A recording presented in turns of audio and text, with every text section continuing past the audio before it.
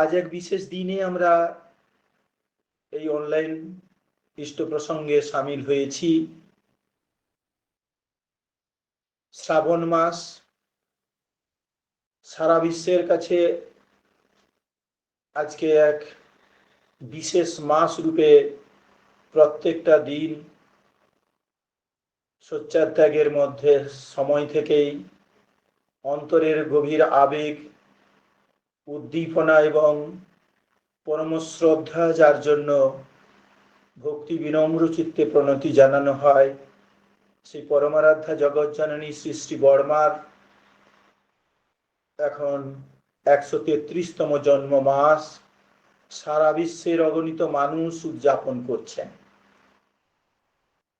আমাদের কাছে বিশেষভাবে এই জিনিসটি, এই বিষয়টি আমাদের কাছে আরো বেশি গুরুত্বপূর্ণ যে যুগে আমরা জন্মগ্রহণ করলাম, যে যুগে আমি এবং আমরা, আপনারা প্রত্যেকে দীক্ষিত অদীক্ষিত প্রত্যেকটি মানুষ আজকে যেখানে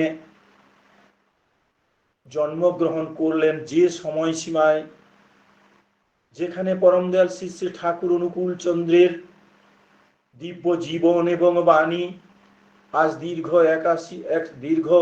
138 বছর ধরে প্রচারিত হয়ে আসছে, চর্চিত হচ্ছে।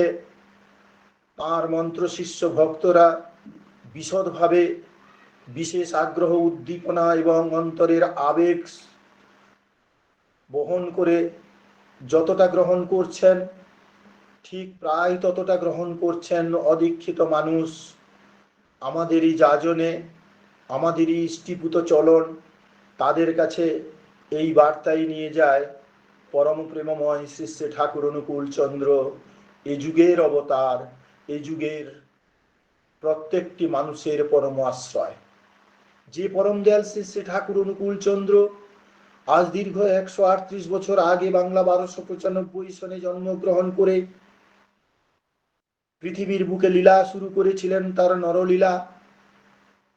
যে নরলীলার মধ্যে পূর্বতন সমস্ত অবতার পুরুষের লীলা সমাহিত হয়েছে, যে কথায় গীতায় বলা হয়েছিল, শাস্ত্রে বলা হয়েছিল, শ্রীকৃষ্ণের যতেক লীলা সর্বোত্তম নরলীলা, নরবপু তাহারি স্বরূপ, নববেশ বেণুকর নবকিশোর নটবর, নরলীলায় হয় অনুরূপ। যতই লীলা করুন পুরুষোত্তম, নরলীলাই তার শ্রেষ্ঠ লীলা। সেই পুরুষোত্তম শ্রীকৃষ্ণ সেদিনও বলেছিলেন, ধর্মের গ্লানি হলে তিনি আবার আসবেন, আবার আসবেন। পরম প্রেমময় শ্রী শ্রী ঠাকুর অনুকূল চন্দ্র তিনি যখন ধরাধামে অবতীর্ণ হয়ে জগতের মানুষকে রক্ষা করার স্বার্থে যখন তিনি নাম পরিবেশন করছেন, যখন তিনি বীজ মন্ত্র দেওয়া শুরু করলেন, যখন তিনি কীর্তন আনন্দে মেতে উঠলেন, তখন তিনি শুরু করলেন ভাববাণী দেওয়া। পৃথিবীর অগণিত মানুষ তখন তার পিছনে ছুটছিল, যখন নানান ভাষায় যখন বাণীগুলি নির্গত হতো পরম প্রেমময় শ্রী শ্রী ঠাকুর অনুকূল চন্দ্রের শ্রীমুখ থেকে। পৃথিবীর নানান ভাষা, বাংলা, হিন্দি, উড়িয়া, মালয়ালম, কানাড়ি, নানা রকম ভাষা ভক্তরা তাকে জিজ্ঞেস করেছিলেন, ঠাকুর এগুলি তো আমরা বুঝতে পারছি না, আমরা কি করব পরে? পরম প্রেমময় শ্রী শ্রী ঠাকুর অনুকূল চন্দ্র আশীর্বাদে সেই বাণীগুলি ধরে রাখা হয়েছিল। পরবর্তীকালে পূর্ণ পুঁথি গ্রন্থে তা লিপিবদ্ধ হয়। পরম পূজ্যপাদ শ্রী শ্রী বরদার ঐকান্তিক দয়ায় সারা পৃথিবী পুণ্যপুঁথি নামে একটি গ্রন্থ পেয়েছে, যে গ্রন্থে তিনি বলেছেন, পরম দয়াল শ্রী শ্রী ঠাকুরের সেই বাণী উল্লিখিত আছে, যখন তোরা ব্রজলীলায় নৃত্য চাষে মাতিস, তখন প্রতি ঘটে ঘটে আমি শ্রীকৃষ্ণ। যখন তোরা নদীয়ার পথে ঘাটে বাটে হরি বল বলে প্রেমে উন্মাদ হয়ে নৃত্য করিস, তখন প্রতি ঘটে ঘটে আমি শ্রীকৃষ্ণ। আমি নিত্য সাক্ষী স্বরূপ, আমি শ্রীকৃষ্ণ, আমি শ্রী গৌরাঙ্গ, আমি শ্রীরামকৃষ্ণ, আমি সব, আমি সব, আমি সব। এই পরিচিতি বহন করে যখন পরম দয়াল শ্রী শ্রী ঠাকুর অনুকূল চন্দ্র নরলীলায় আসীন হলেন, তখনই তিনি পরবর্তীকালে গ্রহণ করলেন সহধর্মিনী ষোড়শীবালা দেবীকে। তিনি সহধর্মিনী রূপে গ্রহণ করলেন। মাতা মনোময়িনী দেবীর আশীর্বাদ মাথায় নিয়ে শুরু হলো নারায়ণ আর নারায়ণীর এক অভূতপূর্ব লীলা, যা পৃথিবী ইতিপূর্বে কখনো দেখেনি। শ্রীকৃষ্ণ, শ্রী গৌরাঙ্গ, শ্রীরামকৃষ্ণ একে একে অবতার হয়ে এসেছেন। কেউ সহধর্মিনী গ্রহণ করেছেন, পরবর্তীকালে তার সন্তান সন্ততি কারুর পক্ষে রাখা সম্ভব হলো না। যখন কলিযুগে গৌরাঙ্গদেব, রামকৃষ্ণ পরমহংসদেব তারা সকলেই সহধর্মিনী গ্রহণ করলেন। একজন চলে গেলেন সন্ন্যাস নিয়ে, আর একজন সহধর্মিনীকে মাতৃজ্ঞানে পূজা করলেন, সন্তান উৎপাদন হল না। অচিরেই আবার আসছি স্ত্রী পুত্র নিয়ে, পার্শ্বদের সব জ্ঞান দিলাম না, ওগুলো তোমায় খুলতে হবে নি গো, আবার তো বউ ছেলে নিয়ে আসছি। এই কথাগুলি সেদিন মানুষের কাছে খুবই অস্পষ্ট, খুবই মানে হতাশার কিংবা একটা কিছু একটা হয়েছিল, যার উপর তিনি মানুষ ভরসা করতে পারেনি। পরবর্তীকালে পরম প্রেমময় শ্রী শ্রী ঠাকুর অনুকূল চন্দ্রের এই বাণী যেন পরিচিত করায়। ঠাকুর অনুকূল চন্দ্র পূর্ববর্তী অবতার পুরুষের পরিপূরক, আর এক দিক নির্দেশ করলেন তিনি। তিনি নরলীলায় এসে সহধর্মিনী গ্রহণ করে সংসার ধর্ম যাপন করলেন। পরমদয়াল শ্রী শ্রী ঠাকুর অনুকূল চন্দ্র ষোড়শীবালা দেবীকে গ্রহণ করে পৃথিবীর বুকে যে নিদর্শন রেখেছেন, সারা পৃথিবীর সমস্ত সমস্যার সমাধান তিনি দিয়ে গেলেন এই সহধর্মিনী হিসাবে ষোড়শীবালা দেবীকে গ্রহণ করে। যে উদ্দেশ্যে তার নরলীলায় অবতীর্ণ হওয়া পৃথিবীর বুকে, তার একটাই মাত্র উদ্দেশ্য, জীব শ্রেষ্ঠ মানুষকে জীবনের পথ সঠিক দিশা দেখানো, সত্যের দিশা দেখানো। সবার উপরে মানুষ সত্য, তাহার উপরে নাই। মানুষকে সৎ পথে চালানোর যে দিশা, সেই দিশা দেখানোর জন্য তিনি তাঁর আগমন, তার নরলীলায় লীলায়িত হওয়া। পরমদয়াল শ্রী শ্রী ঠাকুর অনুকূল চন্দ্র একটা মানব জীবনের ছোটবেলা থেকে আরম্ভ করে তার শৈশব, কৈশোর, যৌবন, তার প্রৌঢ়ত্ব, তার বার্ধক্য, সমস্ত জীবন যেন একায়িত হয়ে গেল সারা বিশ্বের সামনে। যখন তিনি মাতা মনোময়িনী দেবীর কোল আলো করে আসার পর, যখন শৈশব উত্তীর্ণ হয়ে কৈশোরে এসে কৈশোর থেকে আবার যৌবনে পা দিলেন, তখনই তিনি ষোড়শীবালা দেবীকে গ্রহণ করলেন। সারা জগৎবাসী আজকে তা চর্চা করছে।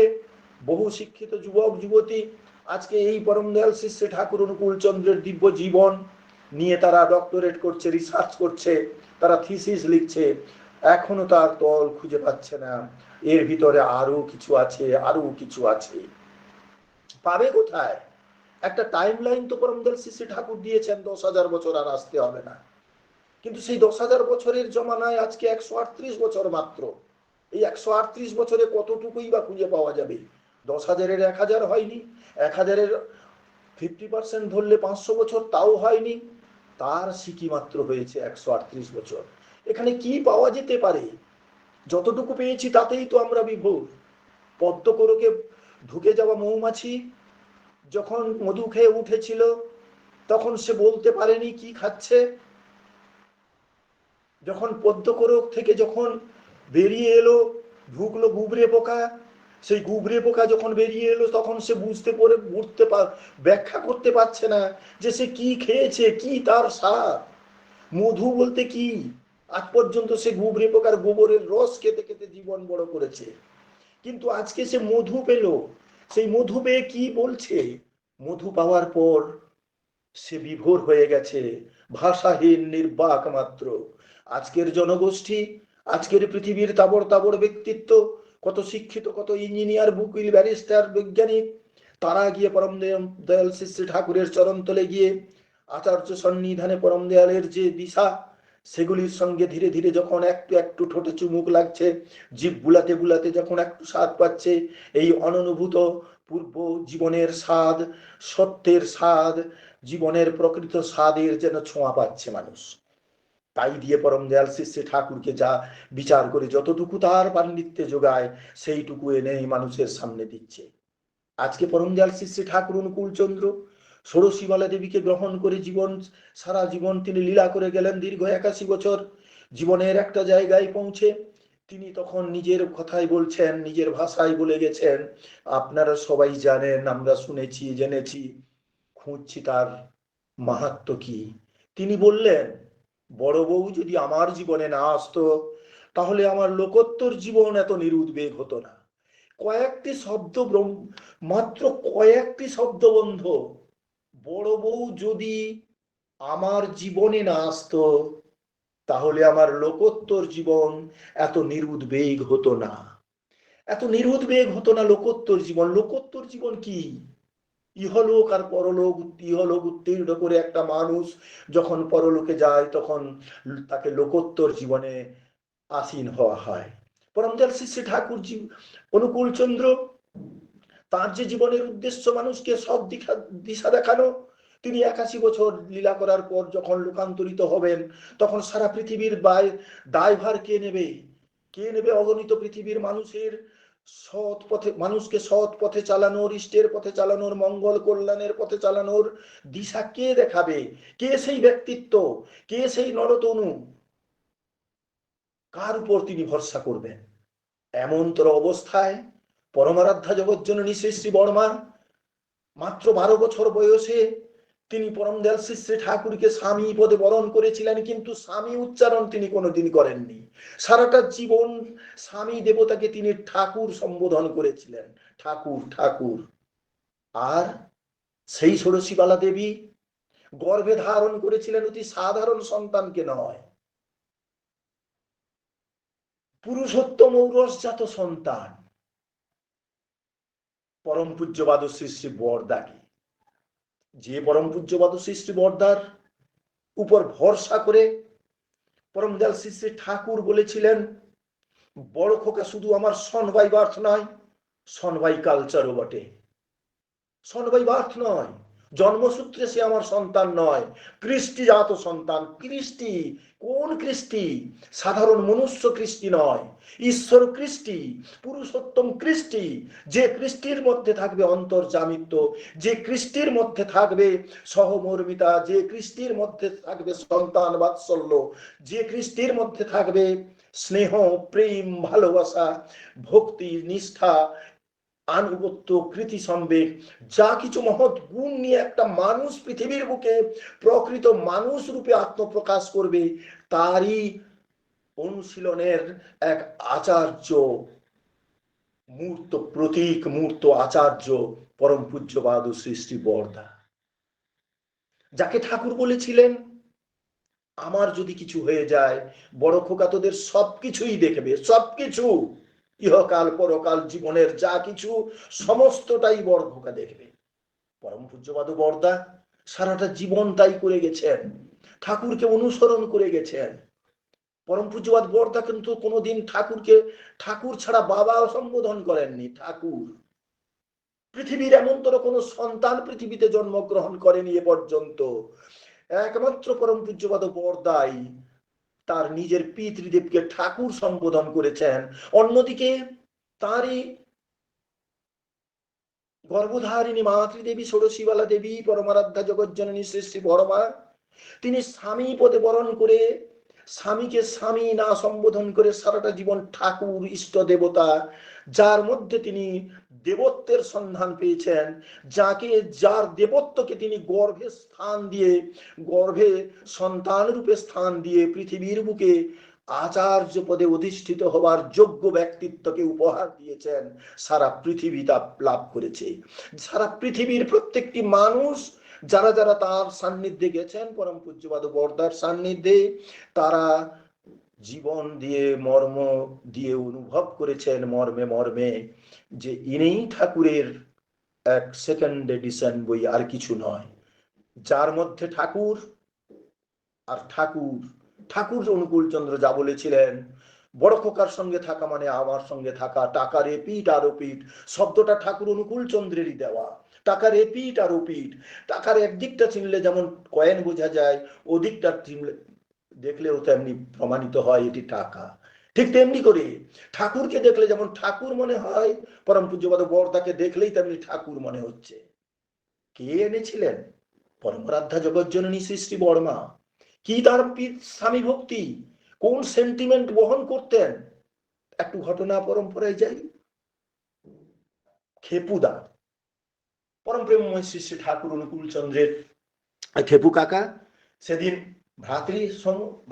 ভ্রাতৃদেব তিনি আদিনাথ মজুমদার নামে এক বিশিষ্ট আইনজীবীকে দিয়ে সংসারের সমস্ত বিষয় আশয় পরম প্রেমময় শ্রী শ্রী ঠাকুর অনুকূল চন্দ্রের নামিত একটি আম্মোক্তারনামা তিনি লিখিয়েছেন। এই আম্মোক্তারনামা পড়ে তিনি বর্মারাধ্যা জগজ্জননী শ্রী শ্রী বর্মার সামনে যখন যান, তখন পরমারাধ্যা জগজ্জননী শ্রী শ্রী বর্মা এককালে আদিনাথদাকে ডেকে তিনি শুধালেন যে, একদিন যখন শুধানো হলো, তাকে জিজ্ঞেস করলেন পরমারাধ্যা জগজ্জননী শ্রী শ্রী বর্মা যে, তুই এভাবে লিখলি কেন? এভাবে লেখার তোর কি যুক্তি হয়? তখন আদিনাথদা বলেছিলেন, আমি ঠাকুর আর ঠাকুর পরিবারের সবকে এক নজরে দেখি, আমি কাউকে আলাদা করতে পারি না, কারুর প্রতি আমার কম দৃষ্টিভঙ্গি নাই। তাই খেপু কাকার নির্দেশে আমি এটি লিখেছি, আমার অন্তর থেকে আমি এটি লিখেছি। পরমারাধ্যা জগজ্জননী শ্রী শ্রী বর্মা আদিনাথদাকে বলছেন, আমি তোর স্পর্ধা দেখে বড় বিস্মিত হই। আমি তোর লিখা যা কিছু তথ্য, তাতে আমার কোনো আপত্তি নাই, বিষয় আশয় নিয়ে যা লিখেছিস তাতে আমার কোনো বলার কিছুই নাই। কিন্তু আমি খুব ব্যথা পেয়েছি যে তুই ঠাকুর আর ঠাকুর পরিবারের সবাইকে এক চোখে দেখেছিস।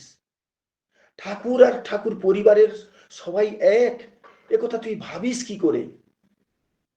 পরমারাধ্যা জগজ্জননী শ্রী শ্রী বর্মা আদিনাথদাকে বলছেন, আমি 12 বছর বয়সে এসেছি, 12 বছর বয়সে এসে আজ 60 বছর প্রায় বয়স হলো আমার।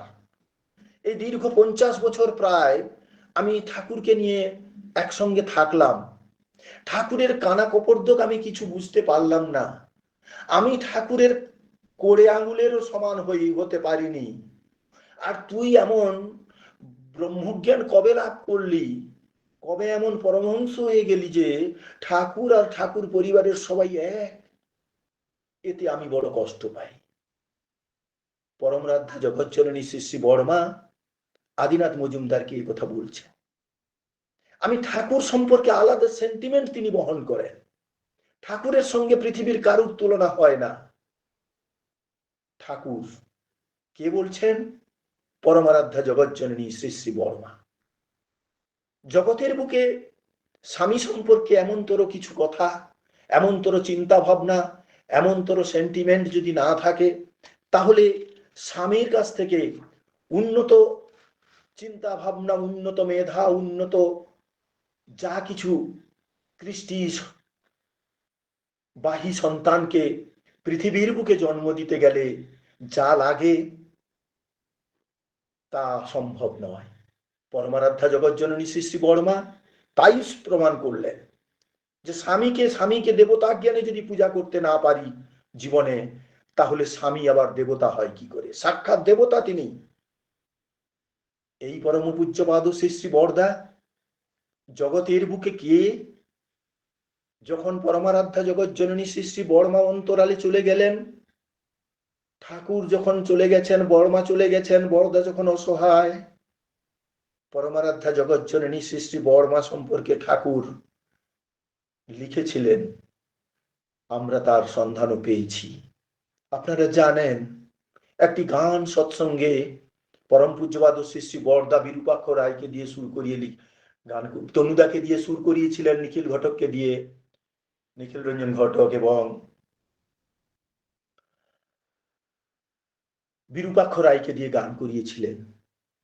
গানটি ছিল, প্রথম লাইনটা আমার মনে পড়ে, শ্রীপদ পঙ্কজ অলক্ত রঞ্জিত রক্ত কমল যেন শোভিছে, শ্রীপদ পঙ্কজ জগত দুর্লভ জগতে বরাভয় দানিছে, ভক্ত বল্লভ গানটি আছে। ওই গানের শেষের দিকে যখন আমরা যাব, কয়েকটি লাইন অতিক্রম করলে সেখানে একটি দিশা গানের কলিতে আমরা পাই। সেটিও সুর দিয়ে গান করা হয়েছিল। লাবণ্য প্রভায় বিভূতি বিভায় জগতে বরা হয়ে দানিছে, দেব প্রসবিনী জগত জননী জগতে বরা হয়ে দানিছে। লাবণ্য প্রভায় বিভূতি বিভায় প্রকৃতি অপরূপ সাজিছে, দেব প্রসবিনী জগত জননী জগতে বরা হয়ে দানিছে। পরম পূজ্যপাদ বরদা শ্রী বর্মার সম্পর্কে কি লিখলেন, এই দুটি লাইন আমার কাছে খুব সেন্সিটিভ, মোস্ট এসেন্সিয়াল বলে মনে করি আমি জীবনে। পরমারাধ্যা জগৎজননী শ্রী শ্রী বর্মা কে, বরদা কে, ঠাকুর কে, এই তিনজনের যে সম্পর্ক, এই ত্রিমূর্তির সম্পর্ক আমি খুঁজে পাই না, তলিয়ে যায়। বরদা বলছেন দেব প্রসবিনী জগত জননী, কাকে বলছেন? বর্মারাধ্যা জগৎজননী শ্রী শ্রী বর্মাকে বলছেন। তিনি দেবতাকে প্রসব করেছেন। কে দেবতাকে প্রসব করলেন? কে? পরমারাধ্যা জগৎজননী শ্রী শ্রী বর্মা। তাহলে দেবতাকে পরম পূজ্যপাদ শ্রী শ্রী বরদা। বরদা নিজেকে দেবতা হিসেবে চিহ্নিতকরণ করলেন। বর্মাকে বড় করতে গিয়ে কোন অলক্ষ্যে তা প্রমাণিত হয়ে গেল, জগৎ তা বিস্মিত হলো, সারা পৃথিবী কম্পিত হলো। ইনি দেবতা। কোথাও পাওয়া হয়েছিল ঠাকুরকে অবতার নাকি? ঠাকুর কোথাও বলেছিলেন তিনি অবতারী, তিনি অবতারদের আগমন ঘটাবেন। আর আজকে পরম পূজ্যপাদ বরদা থেকে শুরু করে আজকে সৎসঙ্গ জগৎ তথা বিশ্ব দুনিয়া, যাকে আচার্য পরম্পরা মান মেনে আসছি আমরা সবাইকে, পরম পূজ্যপাদ শ্রী শ্রী দাদা, আজকে পরম পূজ্যপাদ আচার্যদেব, এরা হচ্ছেন আচার্যদেব, আচার্যদেব আর পুরুষোত্তম ঠাকুর অনুকূল চন্দ্র অবতার, আর এরা অবতারী। এই জ্ঞান করতে হচ্ছে।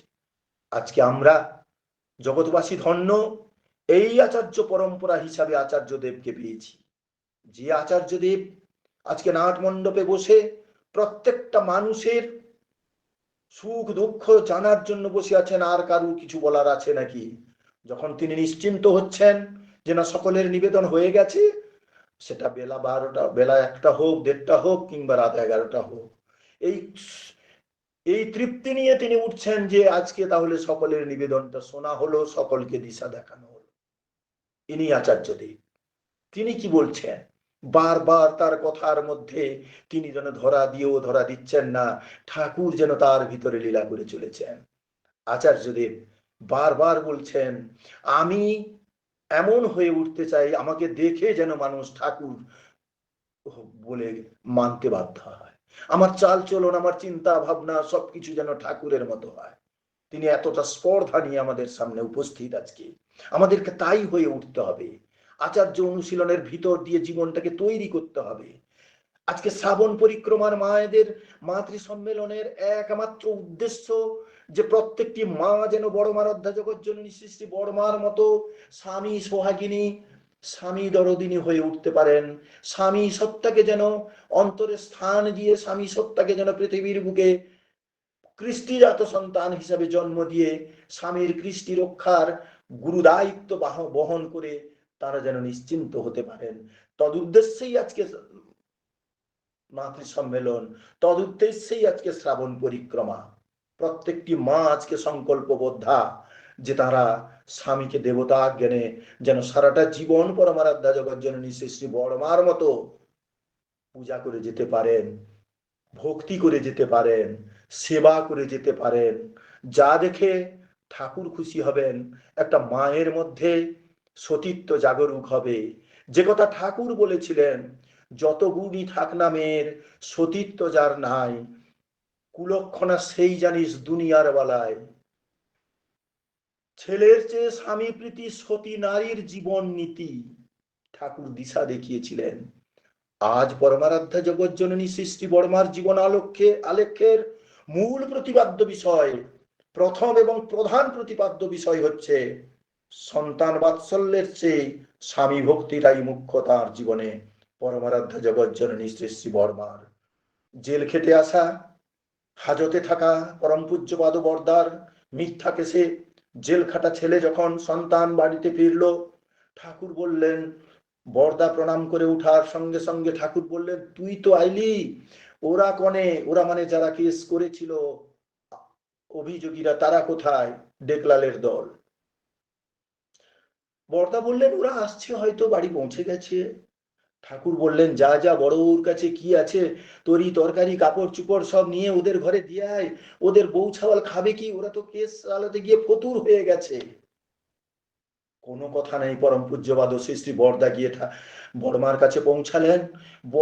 বর্মাকে প্রণাম করার পর ঠাকুরকে, বর্মা বলছেন, ঠাকুর বলেছেন এগুলি নিয়ে গিয়ে আগে তার কাছে ওদের বাড়ি দিয়ে আয়, তবে গিয়ে ঠাকুর ভোগে বসবেন।